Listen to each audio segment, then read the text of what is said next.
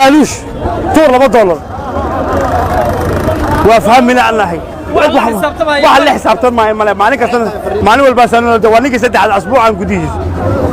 dhacdo xanuun iyo argagax leh ayaa ka dhacday gudaha caasimadda Soomaaliya ee Muqdisho kadib markii nin ka mid ah dadka baabuurta loo yaqaan xamuulka kaxeeya oo $2 lacag nafta loo dhaafiyay inna lillahi wa inna ilayhi raaji'uun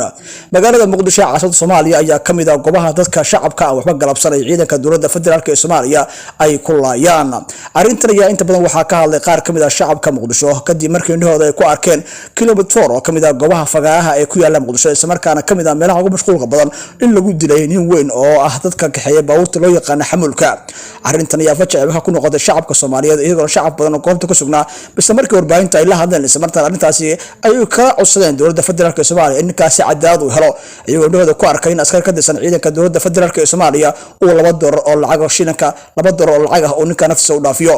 arrimahan oo kale ayaa muuse ka mid ah arrimaha joogtada ah ee ka dhaca ay geystaan ciidanka dowladda federaalka Soomaaliya isla markaan dadka shacabka ay u laayaan wax ka yar $2 oo lacag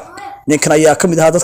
dadka inta badan kaxeeya baabuurta xamuulka isagoo lagu dhex dilay gaarigiisa kadib markii laba xabo looga dhuftay maskaxda isla markaana meesha uu ku ruux baxay dadka baabuurta gaadiidleyda ah oo goobta ku sugnaa qaarkood oo baahinta la hadlay ayaa sheegay in arrintan tahay arrin joogto ah isla markaana lagu hayo dadka kaxeeya baabuurta xamuulka isla markaana ciidanka dowladda federaalka Soomaaliya ay inta badan ku laayaan wadooyinka magaalada Muqdisho dowladda federaalka Soomaaliya ay moodaan ka gaabisay in shacabka Muqdisho wax laga qabto askarta laynaysa isla markaana ku laynaysa wax ka yar $1